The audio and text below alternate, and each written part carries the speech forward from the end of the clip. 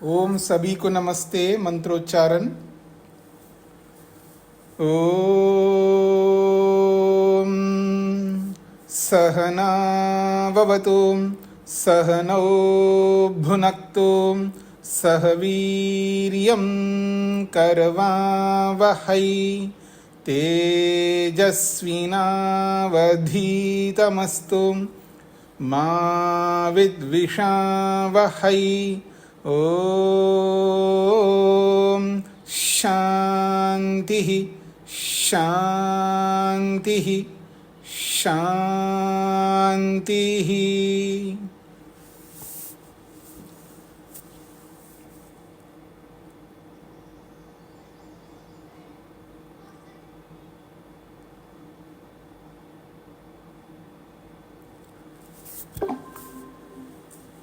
वैशेषिक दर्शन की कक्षा संख्या 66 है। 5वें अध्याय का दूसरा आहनिक चल रहा है। इस दूसरे आहनिक के 20 सूत्र हमने पूरे किए। पिछले प्रसंग में एक महत्वपूर्ण विषय था अंधकार, तमस। तो तमस का सार ये है कि प्रकाश के अभाव को तमस कहते, अंधकार कहते।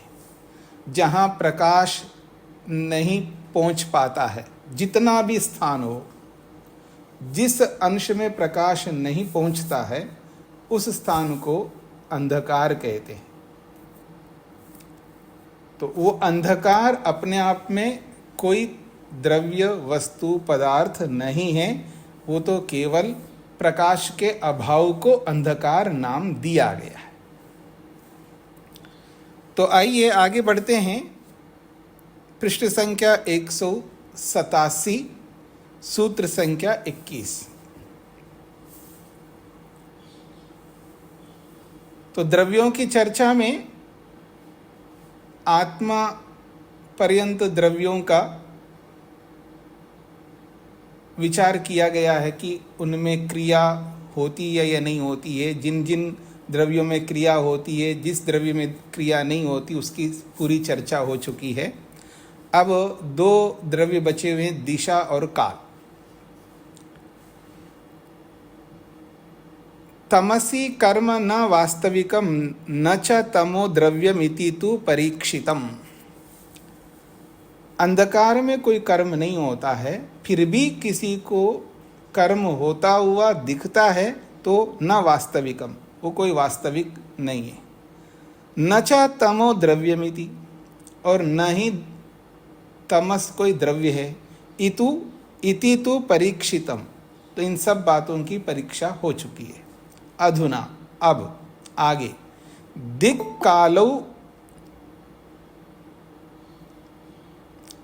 काल आकाशानां, दिक् काल आकाशानां कर्म शून्यत्वं प्रतिपाद्यते।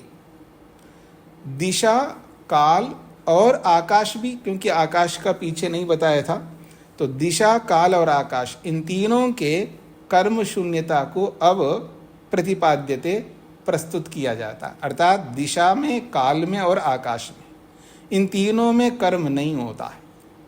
ये तीनों द्रव्य कर्म से शून्य हैं। इस बात को लेकर के सूत्रकार प्रतिपाद्यते, प्रतिपादित करता है, यानी प्रस्तुत करता है।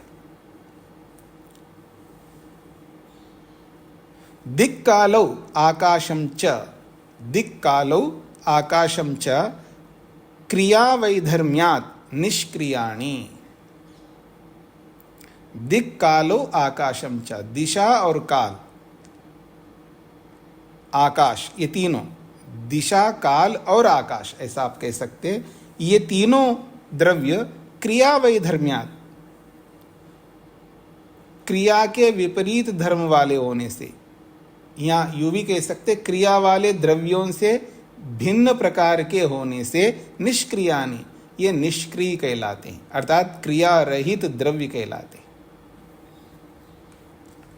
दिक्कालो आकाशम च, दिशा काल आकाशानि द्रव्यानि, दिशा, काल और आकाश रूपी जो द्रव्य है निष्क्रियानि, क्रिया रहितानि, क्रिया से रहित है, अर्थात कर्म शून्यानि, कर्म से शून्य है ये। कर्म निष्पाद्य परिणाम रहितानि, कर्म को उत्पन्न करने वाला जो परिणाम है उससे रहित है। क्योंकि कर्म जैसे होते तो कोई ना कोई परिणाम परिवर्तन होता ही है वस्तु में। तो क्रिया उत्पत्ति के परिणाम से रहित ये द्रव्य है। क्रियावद वैधर्म्यात्, क्रियावद वैधर्म्यात्, क्रिया वाले पदार्थों से विपरीत धर्म होने से, क्रियावद्भ्यः कर्मवद्भ्यः वैधर्म्यात् वैपरीत्यात्, क्रियावद्भ्यः को बोला है कर्मवद्भ्यः, कर्म वाले, क्रियावद्भ्यः कहो या कर्मवद्भ्यः कहो, इसका अर्थ है क्रिया वाले या कर्म वाले पदार्थों से, वैधर्म्यात् अर्थात वैपरीत्यात्, क्रियावान कर्म वाले द्रव्यों से विपरीत द्रव्य होने से। तेषाम दिक् काल आकाशानाम तद विपरीत स्वरूपत्वात्, उसी को और स्पष्ट कर दिया है। उन दिशा, काल और आकाशों का तद विपरीत स्वरूपत्वात्, उन क्रिया वाले द्रव्यों से विपरीत स्वरूप वाले होने से। यत्र यत्र द्रव्ये क्रिया तद तद एकदेशीम एकदेशी द्रव्यम, यत्र यत्र द्रव्य क्रिया, जिस जिस द्रव्य में क्रिया होती है, जिस जिस द्रव्य में कर्म होता है, तत्तत् एकदेशी द्रव्यम, वो पदार्थ एक देशी होता है। तस्य स्थानांतर प्राप्ति कर्म न भवति ही, और तस्य उस द्रव्य का स्थानांतर प्राप्ति, एक स्थान को छोड़ करके दूसरे स्थान को प्राप्त होना जो है वो कर्म न भवति, वो कर्म के बिना नहीं हो सकता। कर्म न भवति ही, कर्म से ही होता है। बिना कर्म के कोई वस्तु एक स्थान को छोड़ करके दूसरे स्थान को प्राप्त नहीं हो सकता। दिक् काल आकाशानि द्रव्यानि तु नैकदीशानि, दिक् काल आकाशानि द्रव्यानि, ये जो तीन द्रव्य है दिशा, काल और आकाश, ये द्रव्य तु न एकदेशीनी, ये एक देशी द्रव्य नहीं है। यानी यहाँ तो काल रहता है पर अमेरिका में नहीं रहता, ऐसा नहीं है। किसी भी देश में जाओ सब जगह काल है, किसी भी देश में किसी भी स्थान में जाओ सब जगह दिशा है। तो ये एक देशी द्रव्य नहीं है, सर्वदेशी नहीं, अर्थात सब जगह पर रहने वाले ये द्रव्य है। सर्वत्र व्याप्तानि, उसी को स्पष्ट किया, ये सब जगह व्याप्त है। विभूनि इति, और ये व्यापक है। क्रिया वैधर्म्यम, तो इनका विभुत्व ही क्रिया से विपरीतता इसके अंदर प्रस्तुत होती है। क्रिया वैधर्म्यम, ये क्रिया से विपरीत द्रव्य वाले हैं। जो भी व्यापक द्रव्य होता है उसमें क्रिया नहीं होती है। तथा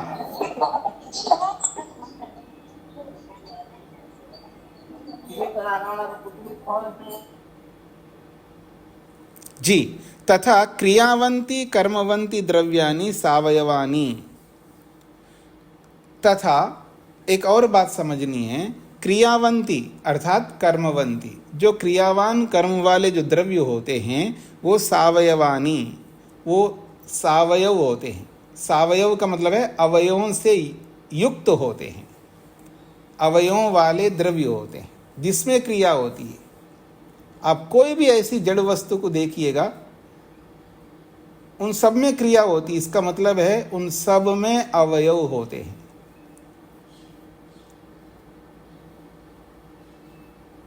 ये इसका तात्पर्य है। तो यहाँ प्राय शब्द आप जोड़ सकते हो अपने लिए। प्राय जो एकदेशी द्रव्य होते हैं, या यूं कहिए प्राय जो क्रियावान द्रव्य होते हैं वो सावयव होते हैं। प्राय इसलिए जोड़ रहा हूँ क्योंकि जीवात्मा तो एकदेशी है, जीवात्मा में भी क्रिया होती है, देशांतर गमन होता है जीवात्मा में, अब सब चलते फिरते हैं। तो ये भी क्रियावान है, लेकिन ये सावयव नहीं है, इन जीवात्मा में अवयव नहीं है। इसलिए प्राय शब्द अपने समझ के लिए आप ले सकते हैं। तो जो क्रियावान द्रव्य होते हैं वो सावयव होते हैं। एतानि तो निरवयवानि अमूर्तानि, और ये दिशा काल और आकाश तो निरवयव है और अमूर्त भी हैं, मूर्तिमान नहीं है, दिखाई देते नहीं है। तस्मात् परिणाम रहितानि, इसलिए परिणाम से रहित है, इसमें परिवर्तन नहीं होते इन पदार्थों में। कर्म शून्यानि, इसलिए कर्म से शून्य है। क्रियावद वैधर्म्यात्, क्रियावान द्रव्यों से विपरीत धर्म वाले होने से।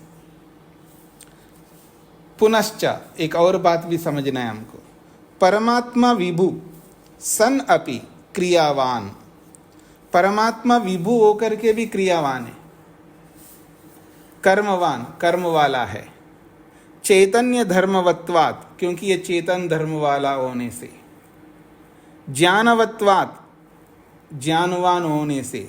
चेतयति, चेतयति का मतलब है चेताता है, अर्थात क्रियाम प्रेरयति, क्रिया की प्रेरणा देता है। क्रिया की प्रेरणा यानी क्रिया करवाता है, क्रिया की प्रेरणा देता का मतलब है क्रिया करवाने वाला है। तो क्रिया करवाने वाले को भी क्रियावान कहते हैं। क्रियावान का मतलब है स्वयं में गति होती हो ऐसा नहीं है इसका तात्पर्य। दूसरे को क्रिया देने वाले को भी क्रियावान कहते हैं। तो क्रियाम प्रेरयति, कहां पर क्रिया की प्रेरणा देता है? जगति, जगत में, संसार में, अर्थात तन निर्माति, उस जगत को बनाता है। परिणयति, उसको बदलता है। स्वयं परिणाम रहिता अस्ति, और स्वयं परिणाम से रहित है। क्यों स्वयं परिणाम से रहित क्यों है? विभुत्वात्, व्यापक होने से। जो भी वस्तु व्यापक होती है, विभु होती है, उसमें परिणाम नहीं होता है, उसमें चेंजेस, बदलाव नहीं होते। आत्मा क्रियावान, जीवात्मा के बारे में बताया जा रहा है। आत्मा क्रियावान, जीवात्मा भी क्रियावान है। कर्मकर्ता, ये कर्मों को करने वाला है। चैतन्य धर्मवत्वात्, चेतन धर्म वाला होने से। ज्ञान धर्मवत्वात्, ज्ञान धर्म वाला होने से। स्वसाधने कर्म करोति, अपने साधनों के माध्यम से कर्म करता है, खुद नहीं कर रहा है, अपने साधनों से कर्म करता है। परंतु क्रिया परिणाम रहितो अणु, और ये क्रिया रूपी परिणाम से रहित है, यानी स्वयं में, आत्मा में भी कोई क्रिया, परिवर्तन रूपी क्रिया नहीं होती है, और वो अणुस्वरूप है। अनुसन अपि, वो अणु भी है।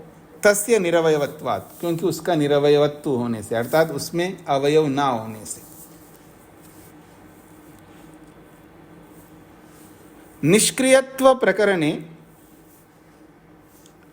ये जो निष्क्रियत्व प्रकरण है, अर्थात ये जो द्रव्य है ये निष्क्रिय, दिशा है, काल है, आकाश है, इस निष्क्रियत्व प्रकरण में दिग आदि वत आत्म परमात्मनो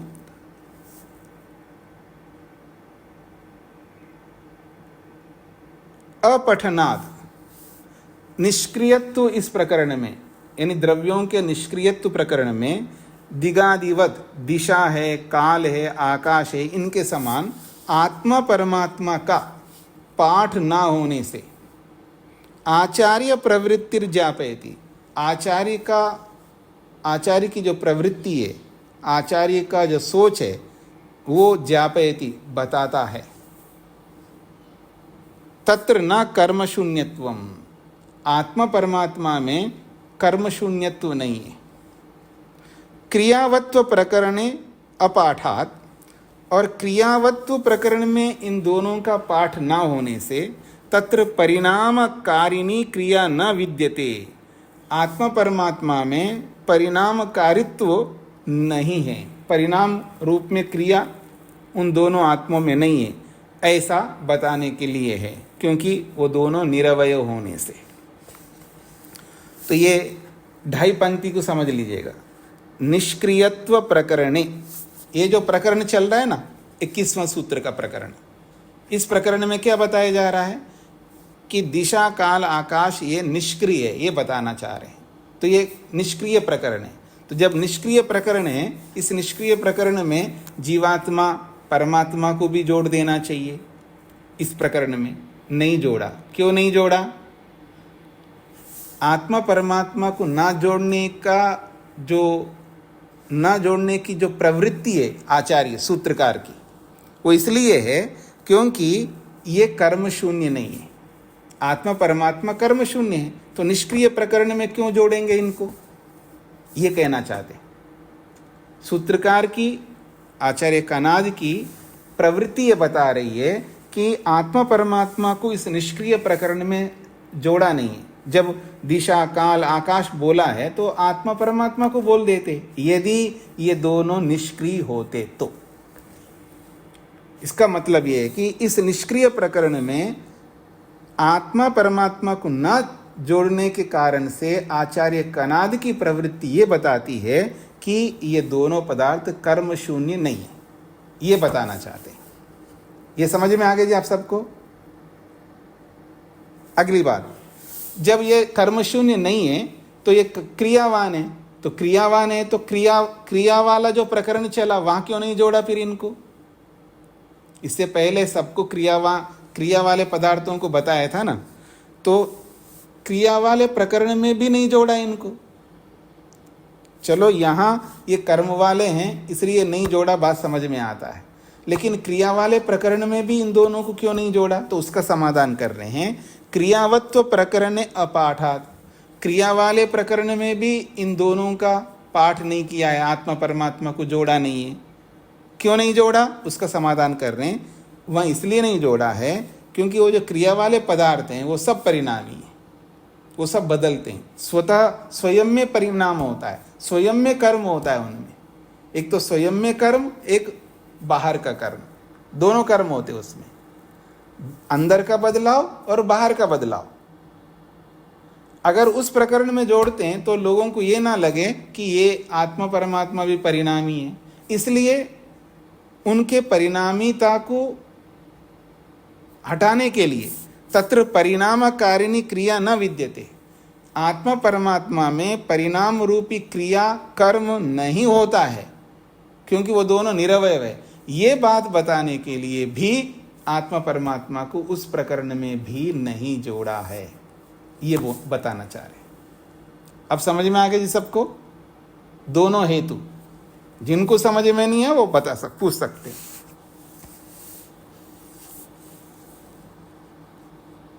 कोई नहीं पूछ रहे तो सबको समझ में आ रहा है, अच्छी बात है। आगे बढ़ता हूं मैं।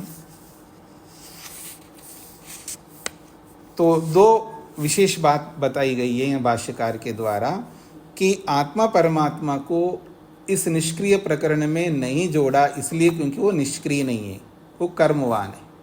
जीवात्मा तो स्वयं कर्म करता है, देशांतर गमन, आना जाना, एक शरीर को छोड़ करके दूसरे शरीर में जाने का काम करता ही है। और परमात्मा स्वयं उसका देशांतर गमन नहीं होता है, लेकिन दूसरों को कर्म करने की प्रेरणा देना ही उसका कर्म करना है, अथवा और जगत को बनाना भी उसका कर्म है। वो गमन नहीं करता है, हिलता डुलता नहीं है, लेकिन जगत को बनाने का कर्म तो करता है। उसको सृष्टिकर्ता बोला जा रहा है, इसका मतलब कर्म तो करता है, तो कर्म शून्य तो है ही नहीं है, इसलिए इस प्रकरण में नहीं जोड़ा। और कर्म करने वाले प्रकरण में क्यों नहीं जोड़ा? जबकि ये दोनों कर्म करते हैं, इसलिए नहीं जोड़ा क्योंकि वो जितने भी कर्म करने वाले हैं उनमें परिवर्तन होता है, उनके अंदर परिवर्तन होता है। अगर उस प्रकरण में जोड़ते तो कोई ना समझे कि ये भी इनके अंदर भी परिवर्तन होता हो, इसलिए इनको नहीं जोड़ा। दोनों प्रकरण में ना जोड़ा और बात भी बता दी, ये कहना चाह रहे। अब आगे बढ़ता हूं मैं।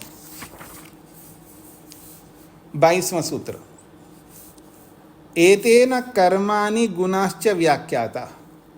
एतेन, इस द्रव्य के प्रकरण में अर्थात दिशा काल और आकाश के प्रकरण के अनुसार कर्माणि गुणाश्च व्याख्याता, कर्मों की भी व्याख्या और गुणों की भी व्याख्या हो गई है, ऐसे समझ लेना चाहिए। अर्थात गुण में भी कोई क्रिया नहीं होती है, ये समझ लेना चाहिए, और कर्म में भी कोई कर्म नहीं होता है, ये भी समझ लेना चाहिए। अच्छा बताइए किनको नहीं समझ में आया?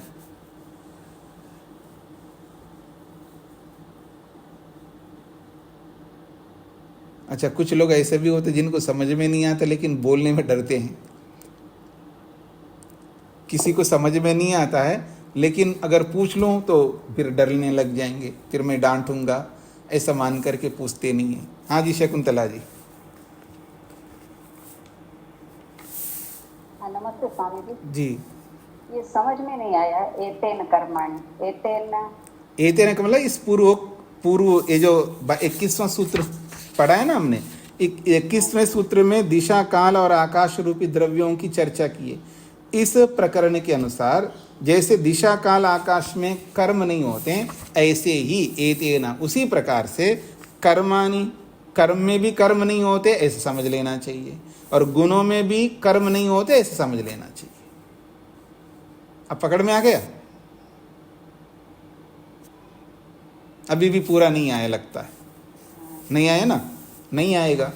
अनिल जी को क्या नहीं समझ में आया? यही समझ में है कि गुण में और कर्मों में कैसे कर्म नहीं होता। हाँ, ये नहीं समझ में आया ना, क्योंकि आपको सिद्धांतों को थोड़ा याद रखना चाहिए। जो व्यक्ति सिद्धांतों को याद नहीं रखता है उन्हीं को ये समस्या आती है। जब आप सबको इतना पता लग चुका है कि गुण में कोई कर्म नहीं रहता, जैसे गुण में गुण नहीं रहता ऐसे गुण में कर्म नहीं रहता। जब गुण में कर्म नहीं रहता तो गुण में कर्म कैसे होगा? एक बात। फिर दूसरी बात है, कर्म में कोई गुण नहीं रह सकता और कर्म में कर्म भी नहीं रह सकता। इसका मतलब कर्म में दूसरा कर्म कैसे होगा? ये सिद्धांत क्यों भूल जाते हैं आप लोग? ये मेन सिद्धांत है ना। जब गुण भी द्रव्य में रहते हैं, कर्म भी द्रव्य में रहते हैं, इसका मतलब है गुण में द्रव्य नहीं रह सकता और गुण में गुण नहीं रह सकता, ऐसे गुण में कर्म भी नहीं रह सकता। जब गुण में कर्म नहीं रह सकता तो गुण में कर्म कैसे होगा? एक बात। और फिर कर्म में भी कर्म नहीं रह सकता, तो जब कर्म में कर्म नहीं रह सकता तो कर्म में फिर कोई दूसरा कर्म कैसे होगा? यही तो बताना चाह रहे हैं यहां पर। अब तो स्पष्ट हो गया होगा सबको। अभी भी किसी को नहीं समझ में आए तो भी पूछ सकते हैं, ताकि बाद में गड़बड़ नहीं हो। इसलिए फिर बोलता हूं मैं, सिद्धांतों को याद रखना, रोज दोहराना है सिद्धांतों को। तो आइए, क्रियावद वैधर्म्येन निरवयवत्वेन, क्रियावान पदार्थों से विपरीत धर्म वाले होने से, निरवयवत्वेन निरवयव होने के कारण से। कौन निरवयव होने के कारण से? गुण और कर्म।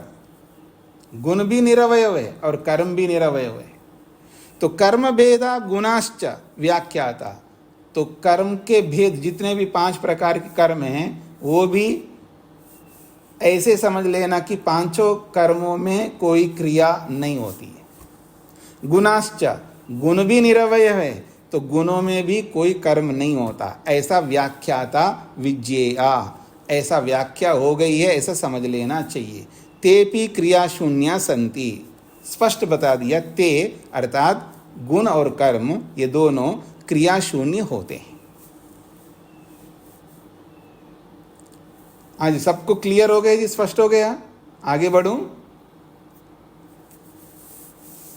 पुनः एक और बात कहना चाहते हैं। निष्क्रियाणाम समवाय कर्मभ्यो निषिद्धा, ये भी उसी के साथ जुड़ी हुई बात है। निष्क्रियाणाम समवाय कर्मभ्यो निषिद्धा, जो द्रव्य हो या गुण हो या कर्म हो, ये सब निष्क्रिय है। जो द्रव्य अर्थात दिशा काल आकाश और गुण और कर्म ये सब निष्क्रिय। अब इन निष्क्रियों में कर्म समवाय के रूप में रह सकता है क्या? इन सब निष्क्रिय पदार्थों में कर्म वहां समवाय के रूप में रह सकता है क्या? ये जो मेरा प्रश्न है ये किनको नहीं समझ में आया वो पूछ सकते हैं। निष्क्रिय पदार्थों में कर्म समवायी के रूप में रह सकता है क्या? ये मेरा प्रश्न है।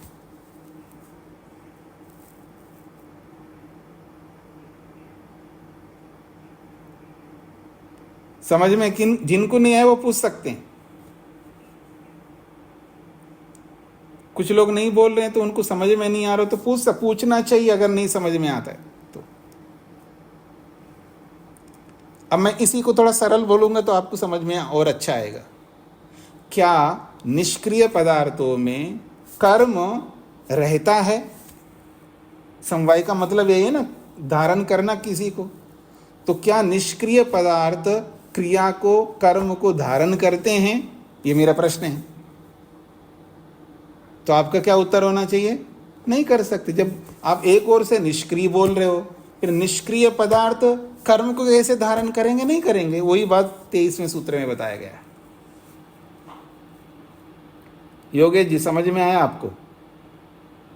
ठीक है।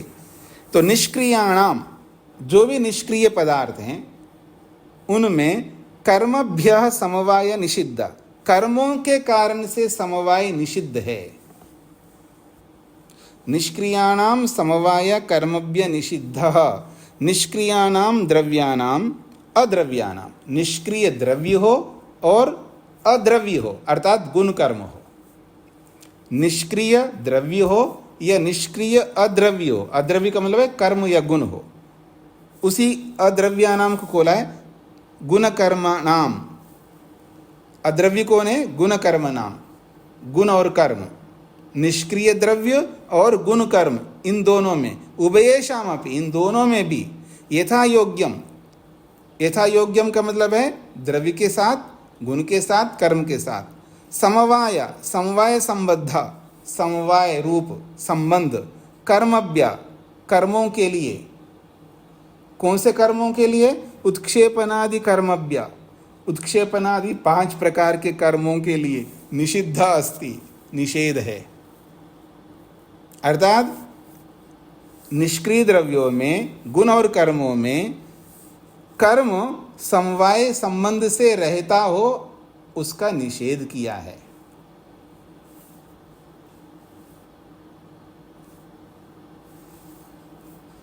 यानी तो निष्क्रियानि द्रव्यानि, जो भी निष्क्रिय द्रव्य है, कौन है वो? दिक् काल आकाशानि, दिशा काल आकाश, तेषाम, इन तीनों का समवाय संबंध, समवाय संबंध के रूप में उत्क्षेपनादि कर्मभ्य, उत्क्षेपनादि कर्मों के कारण या उसके हेतु से निषिद्धो वेदितव्य, निषेध है ऐसा समझना चाहिए।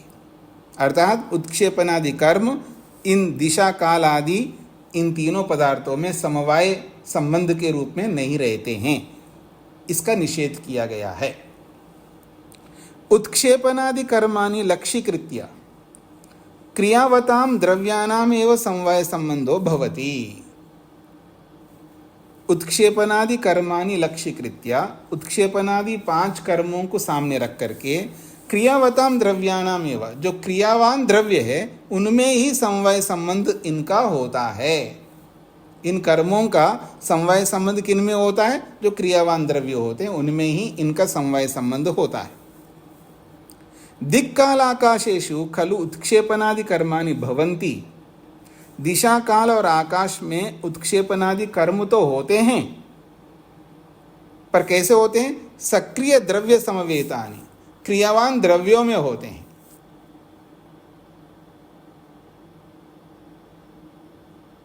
आप मेरी ओर देखेंगे, इसका मैं उदाहरण दे रहा हूं आपके सामने। ये क्या है जी? मोबाइल, मोबाइल है। देखिए क्रिया हो रही है इसमें, ये जो क्रिया हो रही, ये क्रिया किस में है? मोबाइल में है। और ये क्रिया आकाश में भी है, ये क्रिया आकाश में है, ये क्रिया आकाश में है, लेकिन आकाश उसका समवायी नहीं है।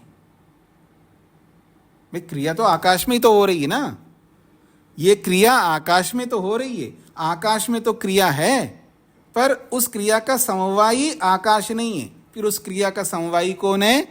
ये मोबाइल है। यही बात यहां पर बताई गई। अब आइए, कहते हैं दिक्काल आकाशेषु कल उत्क्षेपनादि कर्माणि भवन्ति, दिशा काल आकाश इन तीनों में उत्क्षेपनादि कर्म तो होते हैं, पर होते कहाँ हैं? सक्रिय द्रव्य समवेतानि, क्रियावान द्रव्यों में विद्यमान होते हैं। तस्मात्, इसीलिए दिशा काल आकाशानां संयोग संबंधातु आधारत्वेन अवतिष्ठते। दिशा काल आकाश का संयोग संबंध तो आधार के रूप में रहेंगे। संयोग संबंध तो है लेकिन समवाय संबंध नहीं है। अब क्लियर हो गया जी? सबको समझ में आ गया? निर्मला जी को क्या पूछना है? नमस्ते नमस्ते स्वामी जी। जैसे अब इस समय यहाँ दिन है, शाम है, तो कहीं अमेरिका में जो है इसके अपोजिट है, तो वहाँ जहाँ क्रिया हो रही है वहाँ नहीं हो रही है, तो इससे संबंधित दिशा के कारण या आकाश के उसके कारण वहाँ परिवर्तन हो रहा है, आसपास के उसमें उठ रहे सब, और यहाँ नहीं हो रहा, तो इसका क्या वो है? नहीं, आप दूसरी बात लाके यहाँ पर जोड़ दिया है। यहाँ दिन है, वहाँ रात हो रही है, तो वो धरती घूम रही है, घूमने के कारण से हो रही है। इसका दिशा का कोई संबंध नहीं है। अच्छा, तो काल का भी नहीं है? हाँ जी, दिन है रात है, काल का भी नहीं है स्वामी जी? दिन है या रात? देखिए, काल तो सब जगह है। वो तो अच्छा। हम सूर्य के कारण से जब प्रकाश दिख नहीं रहा है उनको, इसलिए हम रात बोल दिया। यहाँ प्रकाश दिख रहा है इसलिए दिन बोल दिया। काल तो वहां पर भी है, काल यहाँ पर भी है जी। वो उसका अलग तात्पर्य, यहाँ इसका प्रसंग नहीं। तो ये समझ में आ रहा है जी आप सबको? धन्यवाद धन्यवाद। दिशा काल आकाश में उत्क्षेपणादि कर्म, पांचों कर्म हो रहे हैं। इसका यह अर्थ नहीं कि आकाश में ये कर्म हो रहे, इन कर्मों का समवाय आकाश है, ये नहीं समझना, ये भूल मत करना। पर इनमें कर्म होते हुए भी वो समवाय क्यों नहीं है? क्योंकि वो कर्मों को धारण करने वाले दूसरे हैं। और उस धारण करने, देखिएगा, ये जो मोबाइल है इसमें कर्म हो रहा है, इस मोबाइल का संबंध आकाश के साथ है, तो संयोग संबंध तो है पर समवाय संबंध नहीं है। स्पष्ट हो गया इस सबको? आगे बढ़ रहा हूं मैं। यथा, अब उदाहरण भी दे रहे हैं। यथा पूर्वस्याम दिशि गत्वा उड्डीय व उत्तरस्याम आगता। यथा कोई पक्षी पूर्वस्याम दिशि गत्वा, पूर्व दिशा में गई कोई पक्षी, और फिर वहां से उड़ी, और उत्तरस्याम आगता, और उत्तर दिशा में आ गई। कोई पक्षी पूर्व दिशा में जाकर के उड़ गई, उड़ करके वापस उत्तर दिशा में आ गई, तो पूर्व से उत्तर की ओर आ गई। तो ये जो क्रिया कहाँ पर हो रही है जी? आकाश में तो हो रही है क्रिया। तो वो क्रिया कहाँ पर है? आकाश में है। और काल में भी है। कौन से काल में वो क्रिया हो रही है? काल में भी है। किस दिशा में क्रिया हो रही है? वहाँ दिशा में भी हो रही है क्रिया, काल में भी हो रही है क्रिया, और आकाश में भी हो रही है क्रिया। लेकिन इन सब क्रियाओं का समवायी ये पदार्थ नहीं है। फिर कौन पदार्थ है? वो पक्षी है। ये बोलना चाह रहे हैं। चिरेन गता इदानीमागता, देर से गया है, इदानीमागता, अब आया है। इतने देर हो गए आपको जाकर के, आज अब आ रहे हो आप, कितने देर से मैं प्रतीक्षा कर रहा हूं। तो देर से गया, अब आया। आकाशे चंद्र तारानां भ्रमणम निरंतरम भवति। आकाश में चंद्र ताराओं का निरंतर भ्रमण तो हो रहा है। तो ये सारा भ्रमण रूपी क्रिया कहाँ पर हो रही है? आकाश में हो रही है। पर आकाश उस क्रिया का समवायी नहीं है। उस क्रिया का समवायी है वो तारागण, वो चंद्रमा। ये बात कही गई है। इति संयोगो लक्ष्यते। हाँ, संयोग तो वहाँ लक्षित है, क्योंकि आकाश का उस चंद्रमा का, आकाश का उन तारामंडल का संयोग तो है। तो संयोग संबंध तो मान सकते हैं, लेकिन समवाय संबंध क्रिया का नहीं मान सकते, ये कहना चाह रहे हैं।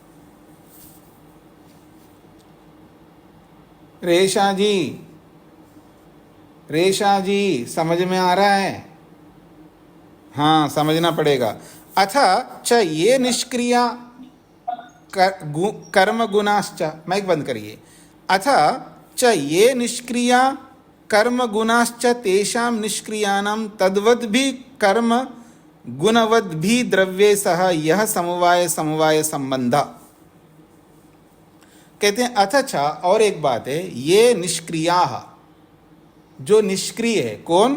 कर्म गुणाश्च, कर्म और गुण है, क्योंकि कर्म भी और गुण भी निष्क्रिय है। तेषां निष्क्रियाणाम, उन निष्क्रिय पदार्थों का, तद्वद भी कर्म गुणवद भी कर्म गुणवद भी द्रव्य, और ऐसे कर्म और गुण वाले द्रव्यों के साथ, कर्म और गुण ये निष्क्रिय है, और ऐसे कर्म गुण वाले जो द्रव्य है, अर्थात ऐसे गुणों को कर्मों को धारण करने वाले जो द्रव्य है, उनके साथ में यह समवाय, जो समवाय अर्थात समवाय संबंध है, स खलु कर्मभ्यो हेतुभ्यो निषिद्ध, और वो समवाय संबंध भी कर्मों से निषिद्ध है। उत्क्षेपनादि कर्माणि लक्षित कृत्य न भवति, उत्क्षेपनादि कर्मों को ध्यान में रख करके वो संबंध सिद्ध नहीं होता, किंतु स तु नित्य एव इति, वो तो नित्य ही उसमें होता ही है। इसको इस तरह समझ लीजिएगा, गुण और कर्म अपने आप में निष्क्रिय है, पर वो गुण और कर्म किस में है जी? द्रव्य में है। जैसे मैं एक द्रव्य हूं, देखिए मैं इधर इधर हिल रहा हूं, मेरे में कोई गुण है या नहीं है? या मैं गुण रहित हूं? गुण है, तो मेरे में कर्म भी है, कर्म भी हो रहा है, देखिए इधर इधर घूम रहा हूं। तो कर्म और गुण दोनों निष्क्रिय होते हुए भी मुझ द्रव्य में विद्यमान है। समझ में आ रहे जी? ये जो कर्म और गुण है ये स्वयं निष्क्रिय है, निष्क्रिय होते हुए भी मुझ द्रव्य में है, इसलिए मैं हिल रहा हूं, देखिए इधर इधर। और ये जो कर्म गुण वाले जो द्रव्य हैं, उनके साथ समवाय संबंध जो है कर्मों को ध्यान में रख करके निषिद्ध है। अर्थात कर्म जो है वो गुण में निषिद्ध है, कर्म जो है कर्म में निषिद्ध है, पर द्रव्य के साथ तो है। ये इसका तात्पर्य है। स्पष्ट हो गया जी आप सबको? उत्क्षेपन आदि कर्मणि लक्ष्यकृत्य न भवति, उत्क्षेपन आदि पांचों कर्मों को ध्यान में रख करके उनमें समवाय संबंध नहीं होता है, किंतु सतु नित्य एव इति, वो तो नित्य ही है। अर्थात वो जो कर्म और गुण तो सदा द्रव्य में ही रहेंगे, उसमें रहते हुए भी उनमें कर्म निषिद्ध है, ये इसका तात्पर्य है। तो मैं आगे बढ़ूं जी, समझ में आ गए तो आपको?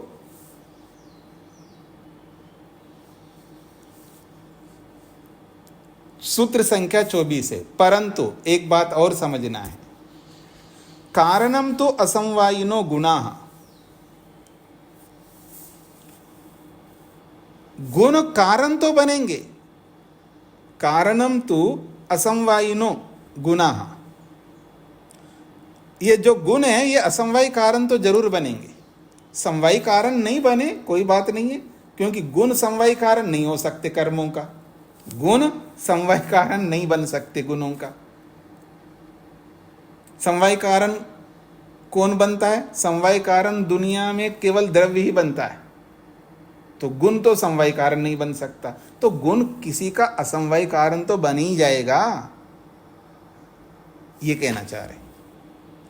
कर्म समवाय कारण बन नहीं सकता, कोई बात नहीं, लेकिन कहीं तो वो असमवाय कारण तो बन ही जाएगा, भले ही परंपरा से बने, ये इसका तात्पर्य है। तो कहते हैं गुण तो असमवायी कारणम, गुण तो असमवाय कारण तो बन ही जाएगा। निष्क्रियानाम कर्मभ्य समवायो नास्ति, निष्क्रिय कर्मों का समवाय कारण तो गुण नहीं है। तेना, इससे सक्रियानि द्रव्यानि समवायी कारणानि कर्मणाम, इसलिए क्रियावान जो द्रव्य है वो ही समवायी कारण बनते हैं कर्मों का। समझ लीजिएगा, निष्क्रियानाम कर्मभ्य समवायो नास्ति, निष्क्रिय कर्मों का समवायी कारण गुण तो नहीं हो सकते, क्योंकि कर्म निष्क्रिय है, कर्म में कर्म नहीं रहता, इसलिए कर्म निष्क्रिय है। तो निष्क्रिय कर्मों का समवाया नास्ति, समवाय कारण नहीं बन सकता। कौन? गुण। तेना, इससे पता लगता है सक्रियानि द्रव्यानि, जो क्रियावान द्रव्य है, तो क्रियावान द्रव्यों का समवायी कारणानि कर्माणि कर्मणाम सक्रियानि द्रव्यानि समवायी कारणानि कर्मणाम, कर्मों का सक्रिय द्रव्य तो समवायी कारण तो बनेंगे ही। कर्मों का समवायी कौन बनेंगे? क्रियावान द्रव्य बनेंगे, क्योंकि क्रियावान द्रव्य ही तो कर्मों को धारण करते हैं। तो कर्मों का समवायी कारण क्रियावान द्रव्य तो है, पर गुण नहीं हो सकता समवायी कारण, ये कहना चाह रहे हैं। निष्क्रियानि द्रव्यानि गुणानां समवायी कारणानि, निष्क्रियानि द्रव्यानि जो निष्क्रिय द्रव्य है, दिशा काल और आकाश, गुणानां समवायी कारणानि, गुणों का समवायी कारण तो बनेंगे। जो निष्क्रिय द्रव्य है, दिशा काल और आकाश, वो गुणों का समवायी कारण तो बनेंगे ही। गुणैः सह समवाय संबंधत्वात्, गुणों के साथ समवाय संबंध तो हर किसी द्रव्य का होता है, चाहे वो निष्क्रिय हो चाहे वो सक्रिय हो। ये स्पष्ट हो गया जी सभी को? अब आगे बढ़ रहा हूं। उभयेषां गुणकर्मणां तदाश्रयभूतानि सक्रियानि द्रव्यानि समवायी कारणानि। उभयेषां, उभयेषां का मतलब है गुणकर्मणां, गुण और कर्म इन दोनों का, तद आश्रयभूतानि सक्रियानि द्रव्यानि, गुण कर्मों का आश्रय स्वरूप जो क्रियावान द्रव्य है, वो सारे के सारे द्रव्य समवायी कारणानि, समवायी कारण बनते हैं। ये वाक्य समझ में आ गए जी? गुण और कर्मों का आश्रय कौन है? सक्रिय द्रव्य है। गुण और कर्मों का जो आश्रय है वो क्रियावान द्रव्य है। तो क्रियावान द्रव्य गुण और कर्मों का आश्रय है, तो वो सक्रिय द्रव्य गुण और कर्मों का समवाय कारण तो बनते ही हैं, ये कहना चाह रहे हैं। निष्क्रिय गुणास्तु कर्म प्रति खलु असमवायी कारणानि सन्ति। निष्क्रिय गुणा, गुण कैसे हैं जी? निष्क्रिय है। गुण कैसे हैं? ये निष्क्रिय है, अर्थात गुण में क्रिया नहीं रह सकता, इसलिए निष्क्रिय है।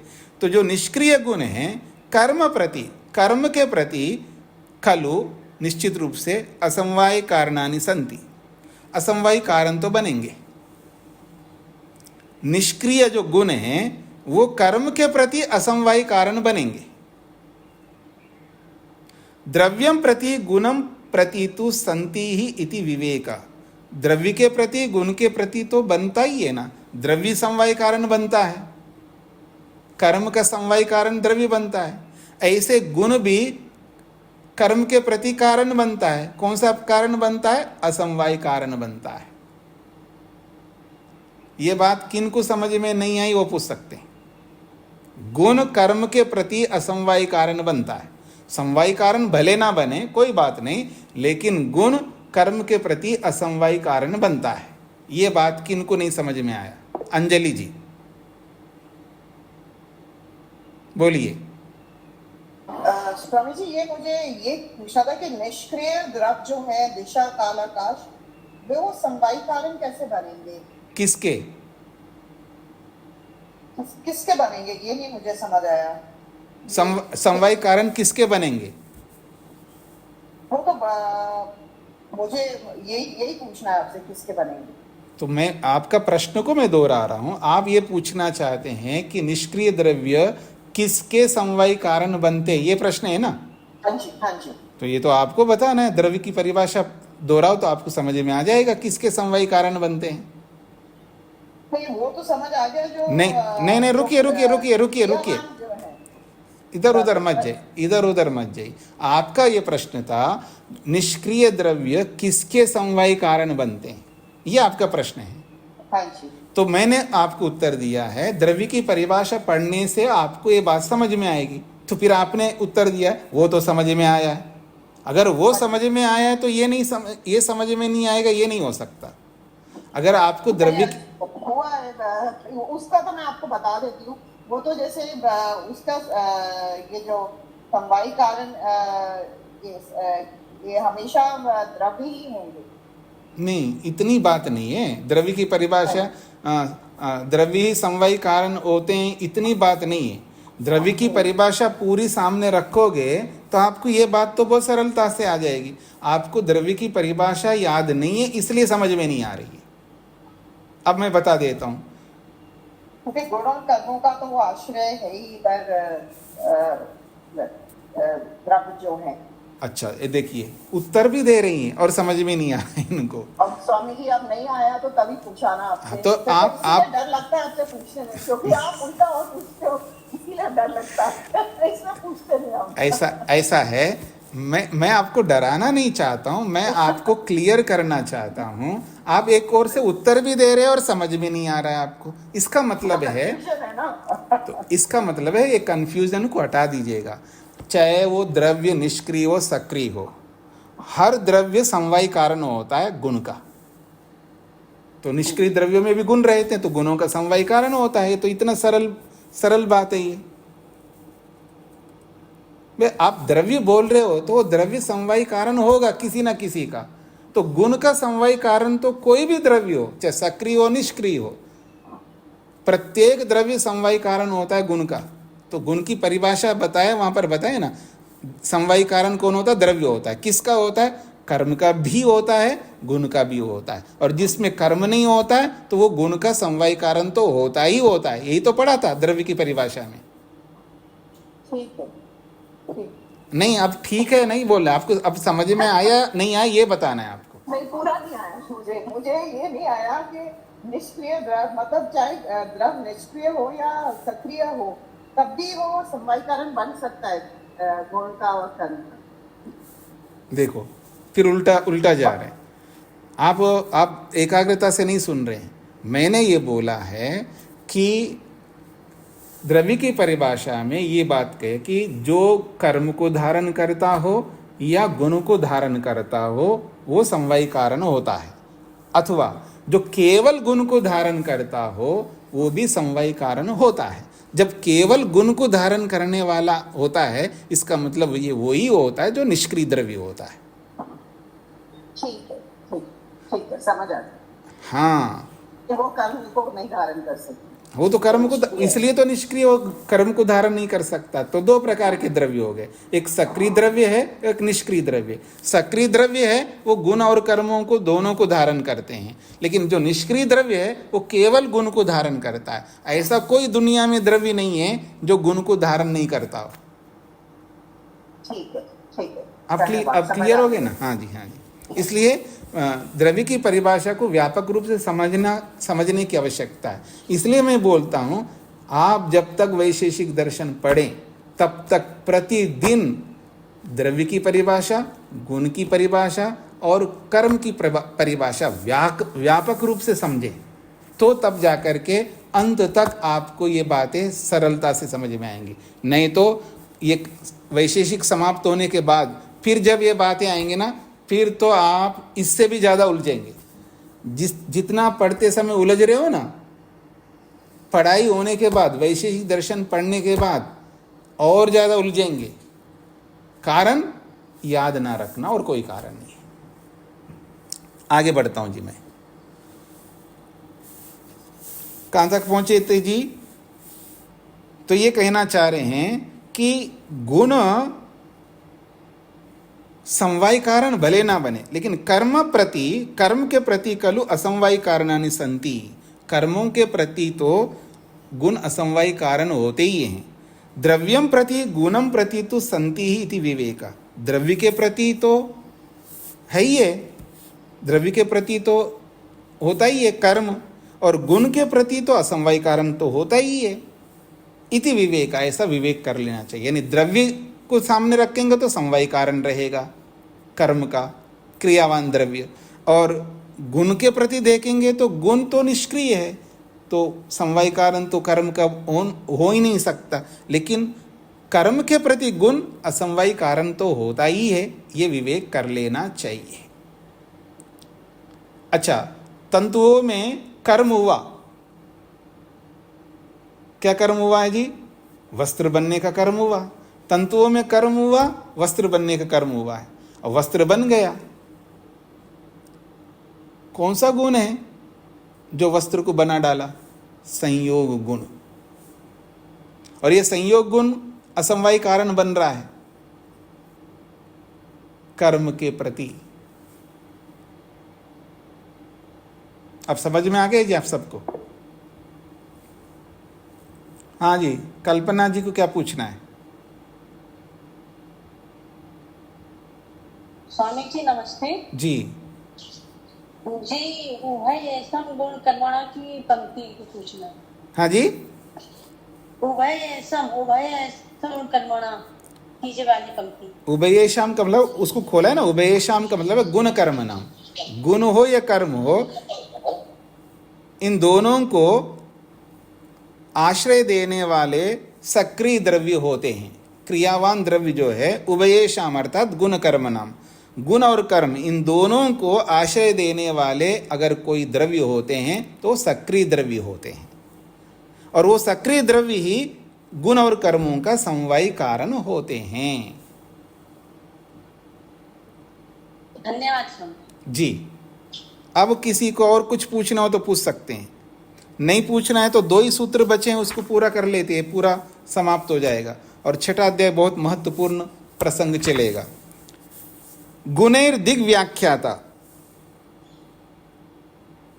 गुणैर दिग व्याख्याता। हाँ जी, यथा तंतु संयोग है, यह पंक्ति बाकी है। अच्छा पंक्ति बाकी है।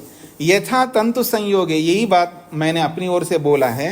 यथा तंतु संयोगो द्रव्यस्य वस्त्रस्य असमवायी कारणम। यथा जैसे कि तंतु संयोगः, धागों का जो संयोग है, द्रव्यस्य वस्त्रस्य, द्रव्य रूपी वस्त्र का असमवायी कारण है। संयोग विभाग वेगाः शब्दस्य असमवायी कारणानि। संयोग है, वियोग है और वेग है, ये तीनों ही शब्द के असमवायी कारण बनते हैं। क्योंकि शब्द की उत्पत्ति में संयोग भी कारण है, विभाग भी कारण है और वेग भी कारण है। ये तीनों कारण है तब शब्द उत्पन्न होता है। पीछे आप पढ़ चुके हैं। इसलिए संयोग, विभाग, वेग ये तीनों ही शब्द की उत्पत्ति में असमवायी कारण बनते हैं। बाणे वेग कर्मणो असमवायी कारणम। बाण में जो वेग है, ये वेग ही आगे आगे कर्म उत्पन्न करता है, इसलिए ये वेग उस कर्म का असमवायी कारण बनता है। जैसे बाण आगे बढ़ता जा रहा होता है तो बाण आगे बढ़ने रूपी जो कर्म हो रहा है तो उस कर्म का वेग ही कारण है। बिना वेग के आगे आगे नया नया कर्म बाण के बढ़ने का नहीं हो सकता। तो उस कर्म का असमवायी कारण कौन है? जो आगे आगे बाण बढ़ रहा है, तो आगे आगे बढ़ना रूपी कर्म का असमवायी कारण कौन है? तो वो वेग है। ये कहना ठीक हो गया जी। गुणै दिग व्याख्याता। गुणों के समान दिशा को भी समझ लेना चाहिए, उसकी भी व्याख्या हो गई है ऐसा मानना चाहिए। क्या? भाष्य को देखिएगा। गुणै तुल्याः दिक् खलु व्याख्याता विज्ञेया। गुणों के तुल्य, गुणों के समान ही दिक्, दिशा को भी व्याख्या हो गई है ऐसा विज्ञेया समझना चाहिए। कैसे? गुणवत् कर्म प्रति दिग् असमवायी कारणमस्ति, ये गलत लिखा है। गुणवत् कर्म प्रति, गुण के समान, जैसे गुण असमवायी कारण बनता है कर्म के प्रति, ऐसे ही गुण के समान कर्म के प्रति दिक् भी, दिशा भी असमवायी कारणमस्ति ऐसा बोला है। ये बहुत बड़ा दोष है, क्योंकि दिक् तो द्रव्य है, द्रव्य कभी असमवायी कारण नहीं होता है। कह रहे हैं पूर्वस्याम उदितः पश्चिमायाम अस्तंगता। पूर्व दिशा में सूर्य उदय होता है और पश्चिम दिशा में अस्त होता है। तो ये दिशा जो है ये कारण तो बन रहा है पर असमवायी नहीं है। यहाँ पर समवायी कारणम लिखना। दिग अपि समवायी कारणम अस्ति, दिशा भी समवायी कारण होता है, ऐसा समझना चाहिए।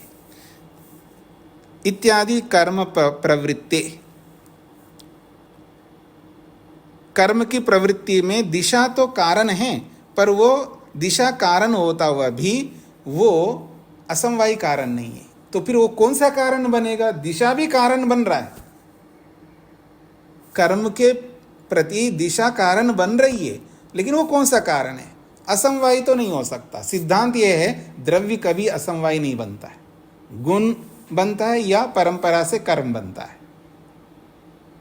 द्रव्य कभी असमवाय नहीं बनता। तो यहाँ कर्म के प्रति दिशा भी कारण बनता है, क्योंकि कारण का प्रसंग चल रहा है, लेकिन कौन सा कारण है? तो समवाय कारण नहीं, समवाय कारण तो बन जाएगा दिशा। नहीं, समवाय भी नहीं बनेगा, कर्म के प्रति दिशा कारण ही नहीं बनेगा।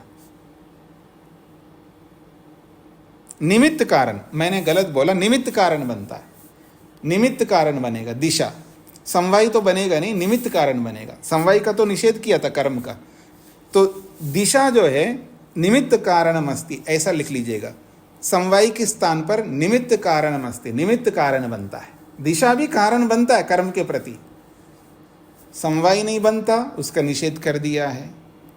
असमवाय नहीं बन सकता क्योंकि वो द्रव्य है। तो जब दोनों कारण नहीं बनेंगे तो अपने आप बचा हुआ परिशेष से निमित्त कारण बनता है। तो निमित्त कारण लिख लीजिएगा।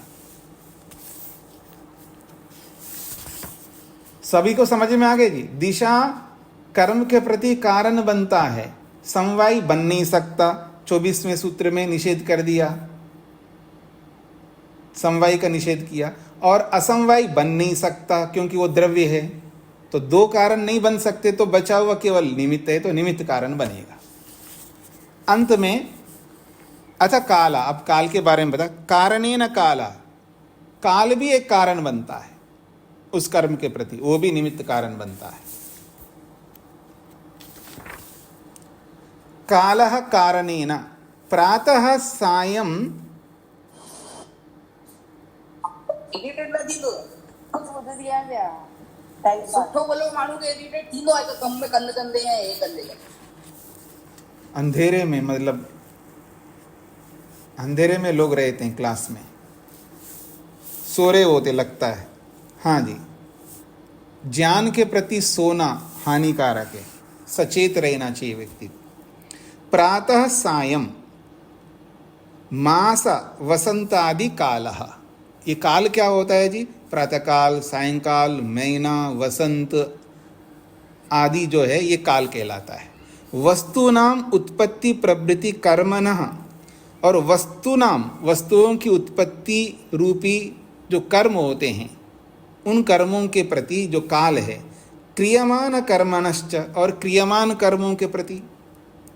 कारणेन, कारण भावेन सिद्धा प्रसिद्धा अस्ति, इन सभी वस्तुओं की उत्पत्ति के प्रति कारण जो है, ये काल जो है प्रसिद्ध है, कारण के रूप में प्रसिद्ध है। तस्मात् स कारणम निमित्त कारणम अस्ति, और वो कारण कौन सा है? निमित्त कारण है। तस्य निष्क्रियत्वात् न भवतु समवायी कारणम, निमित्त कारणम तु साक्षात् अस्ति एव।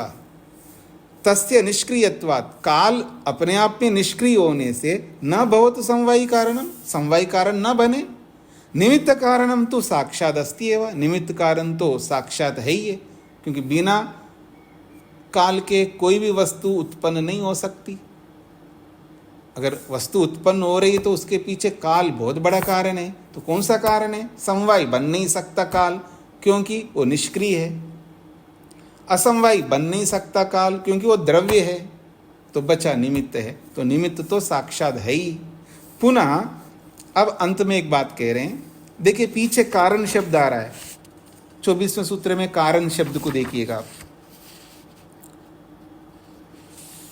एतेन कर्माणि गुणाश्च व्याख्याता निष्क्रियानां समवाय कर्मभ्यो निषिद्धा। हाँ, निष्क्रियानां समवाय, सब कारण प्रसंग चल रहा है।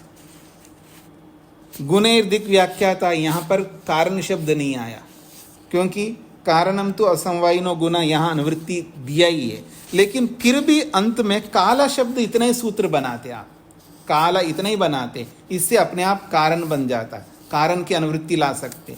कारण की अनुवृत्ति आते हुए भी फिर सूत्र में कारण शब्द को जोड़ा गया है। अनुवृत्ति के रूप में जब कारण शब्द आ रहा है, आते हुए भी दोबारा जोड़ना गलत माना जाता है।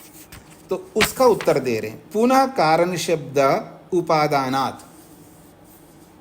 कारण शब्द की अनुवृत्ति आते हुए भी कारण शब्द को सूत्र में उपादानात् ग्रहण करने से ये पता लगता है कालस्य निमित्त कारणत्वम अभिष्टम। काल निमित्त कारण के रूप में बताना चाहते। कोई ऐसा ना समझे काल को भी असमवायी बोल दे। कोई असमवायी का प्रसंग आ रहा था तो असमवायी प्रसंग आ रहा था, इसलिए कोई कारण शब्द को इसलिए दोबारा जोड़ा यहाँ पर जानबूझ के कि काल को कोई ये ना समझे वो असमवायी है। काल को निमित्त कारण बताना था, इसलिए अनुवृत्ति आते हुए भी दोबारा कारण शब्द को जोड़ा है, उसके निमित्त कारणत्व को बताने के लिए जोड़ा गया है। उत्पत्ति आदि परिणाम निमित्तत्वात्, क्योंकि किसी भी वस्तु की उत्पत्ति और उसका परिणाम आदि का निमित्त काल होने से इसको निमित्त कारण मानना चाहिए। यदि ऐसा है तो फिर गुणेर दिग व्याख्याता में भी तो आना चाहिए, तो नीचे से कारण को ऊपर जोड़ लेना चाहिए। गुणेर दिग व्याख्याता में कारणेन को नीचे से ऊपर की ओर अनुवृत्ति भी ले जा सकते हैं। पहले बता चुका हूँ आप लोगों को, अनुवृत्ति ऊपर से भी नीचे लाई जाती है और नीचे से ऊपर भी ले जाया जा सकता है। तो नीचे से कारणेन को 25वें सूत्र में जोड़ करके अर्थ होगा निमित्त कारणम। दिशा को निमित्त कारण समझना चाहिए, ऐसा अर्थ ले लेना है। और इसमें तो निमित्त जोड़ना ही है हमको, क्योंकि ये दोनों ही निमित्त कारण बनते हैं, दिशा और काल। असमवायी तो बिल्कुल नहीं बन सकते। ठीक हो गया जी, सबको समझ में आ गया? तो आज इतना ही रखते हैं।